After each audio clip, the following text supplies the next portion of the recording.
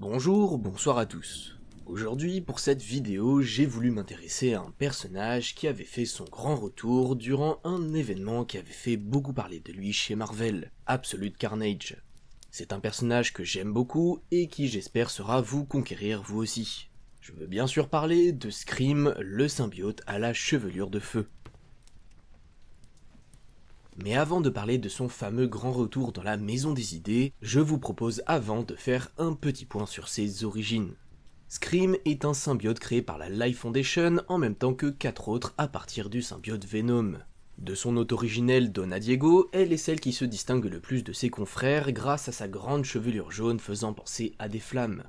Après avoir été liée à Scream, Donna décida pour tester ses nouvelles capacités d'attaquer un centre commercial où, pas de bol, elle tomba face à Spider-Man. Un combat s'engagea alors entre les deux ennemis, suite à quoi Scream décida de s'enfuir quand elle vit qu'elle ne faisait pas du tout le poids face à un Spider-Man bien entraîné. Malgré la rapidité de sa fuite, le disseur réussit à la suivre jusque dans la base secrète de la Life Foundation en plein désert californien. Là-bas, notre monte en l'air préféré fit face, après avoir battu quelques gardes, aux 5 symbiotes que sont Agony, Phage, Lasher, Riot, et enfin celui qui nous intéresse aujourd'hui, Scream. Étant en difficulté face à eux, Peter se fera heureusement aider par Eddie Brock s'étant libéré de ses ravisseurs. Ce dernier, pour se venger, utilisera un canon sonique pour affaiblir les 4 symbiotes, puis une machine les faisant vieillir jusqu'à les réduire en poussière.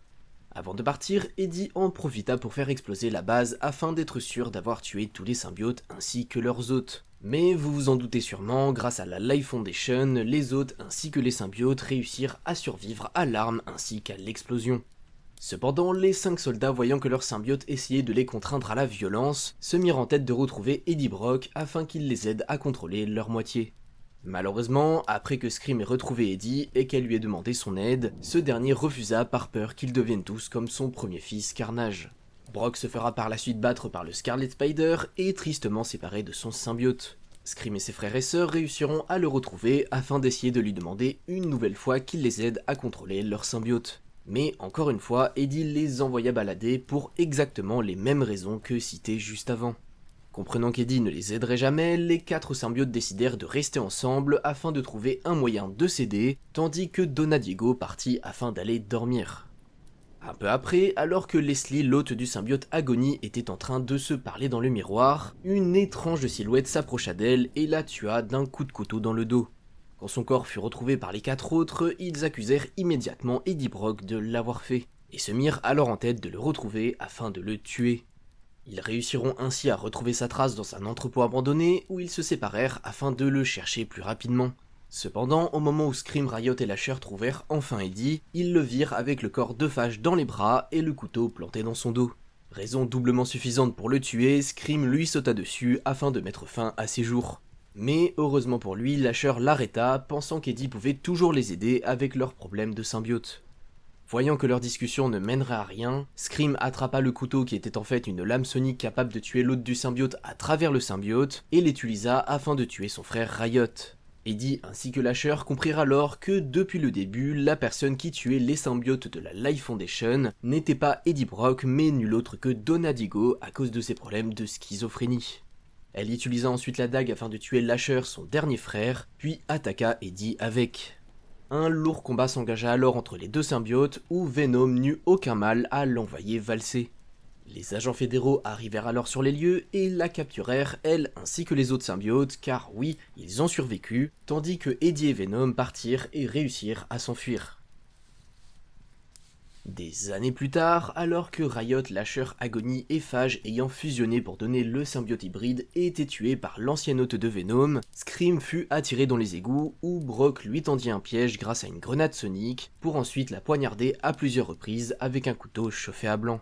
C'est ainsi que Donna Diego mourut elle ainsi que son symbiote, poignardé à mort par un Eddie Brock très content d'en avoir enfin fini avec les symbiotes de la Life Foundation. Bien des années plus tard, durant l'événement Absolute Carnage, Scream eut la chance d'être ressuscité par le dieu sombre Knull.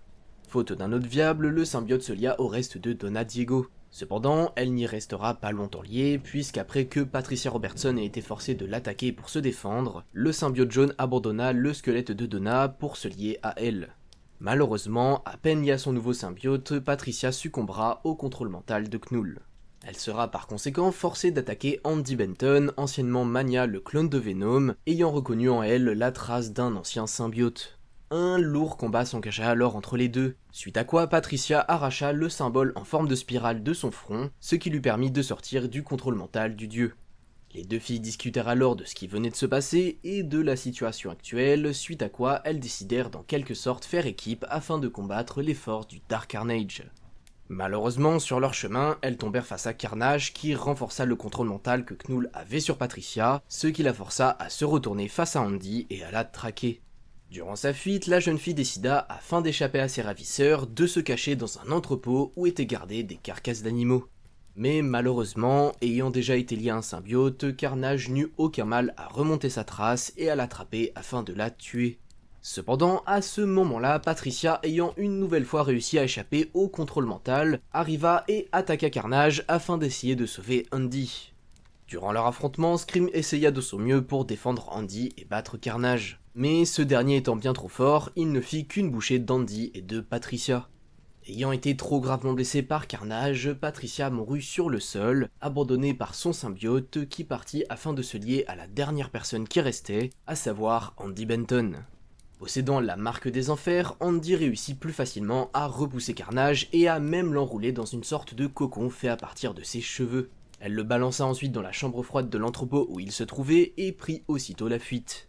C'est ainsi qu'après Donna Diego ou encore Patricia Robertson, Andy Benton, anciennement connu en tant que Mania le clone de Venom, devint la nouvelle hôte du symbiote à la chevelure de feu. Voilà, je pense que nous allons nous arrêter là pour son histoire. Comme vous avez pu le voir, et j'espère le comprendre, le personnage de Scream n'est pas qu'un énième symbiote créé par une organisation malfaisante à partir de Venom. Malgré qu'à la base ça le soit, les scénaristes ont réussi au fil des années à rendre le personnage assez intéressant, jusqu'à même récemment, entre guillemets, lui donner sa propre série de comics. Dès le début, Scream nous est montré comme assez démarqué des autres de par son look ou encore la place qu'elle occupe dans les différentes histoires. Et c'est cela qui m'a personnellement fait aimer ce symbiote en particulier, dans un univers où ce n'est pas vraiment ce qu'il manque. Si vous avez aimé tout autant que moi ce symbiote et cette vidéo, je vous invite à la partager, tout ça, vous connaissez la chanson. N'hésitez pas aussi à vous abonner à la chaîne et à venir me suivre sur Twitter, le lien est dans la description. Et sur ce, moi je vous dis à la prochaine, salut!